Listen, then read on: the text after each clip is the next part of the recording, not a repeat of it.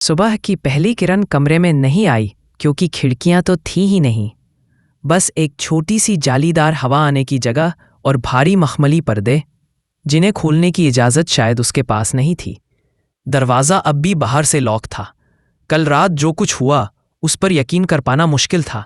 शादी, सन्नाटा, खामोश हवेली और वो छाया जो दरवाजे के बाहर खड़ी थी। लेकिन आज कुछ और ज्यादा सिहराने वाला उसका इंतजार कर रहा था।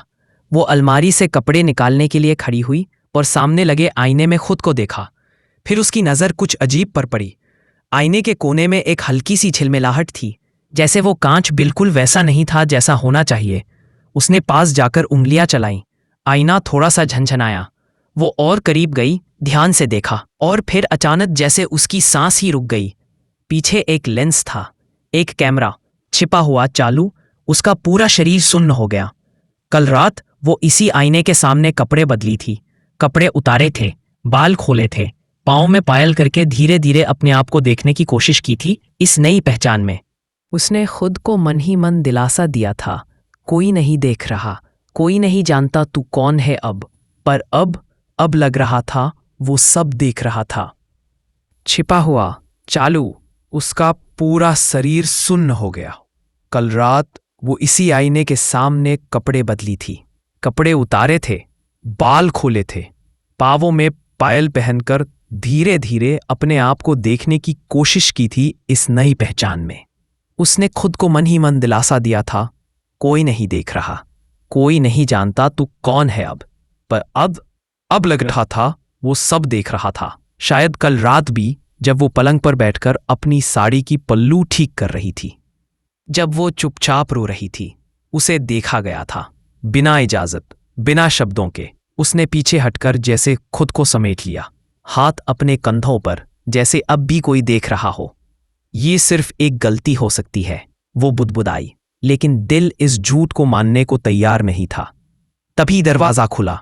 एक नौकरानी चाय की ट्रे लेकर अंदर आई और जैसे हमेशा करती हो, बिना नजर उठाए ट्रे रखकर चली गई।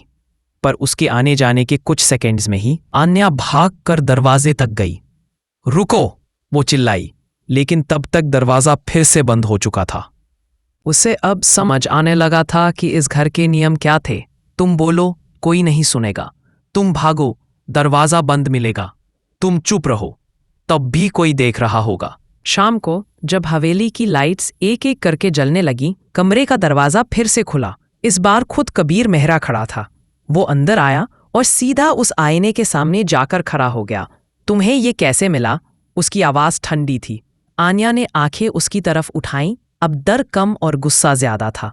ये मेरा कमरा है ना? या मैं भूल रही हूं कि ये भी सिर्फ एक गिरवी चीज है? उसने जवाब नहीं दिया, बस आईने की तरफ देखा और एक बटन दबाया। कैमरा अंदर खिसक गया। गायब। अब नहीं है, उसने कहा। लेकिन कल था। उसकी आवाज कांप रही थी और मैं बदल रही थी, नहाई थी। तुम देख रहे थे। कबीर एक पल के लिए रुका, फिर बोला, जो चीजें मेरे घर में होती हैं वो मेरे नियमों से चलती हैं। तुम्हारे नियमों में इज्जत नहीं होती क्या? उसने कोई उत्तर नहीं दिया। उसकी आंखें थोड़ी देर तक आन्या पर टिकी रही, जैसे कुछ कहना चाहते हों, पर जबान नहीं मान रही थी। फिर उसने दरवाजे की तरफ देखा और जाते जाते बस एक शब्द कहा, तुम मेरी बीवी नहीं हो, तुम मेरी गारंटी हो। दरवाजा बंद हो गया। आन्या वहीं फर्श पर बैठ गई। उसकी आंखों से आंसू नहीं निकले, पर उसके भीतर कुछ मर गया था। अब सिर्फ डर नहीं था, अब नफरत भी थी। और वो नफरत एक अजीब सी लत बनने लगी थी उसी आदमी की, जिसकी निगाहें उसे अंदर तक नंगा कर चुकी थी। रात को फिर से कमरे में सन्नाटा था, लेकिन इस बार जब दरवाजे के बाहर धीमे धीमे कदमों की आहट हुई और फिर से हैंडल थोड़ा हिला, तो उसके बदन में वही कंपी दौड़ गई, डर की भी, इंतजार की भी। क्या वो आया है फिर से देखने, या कुछ और?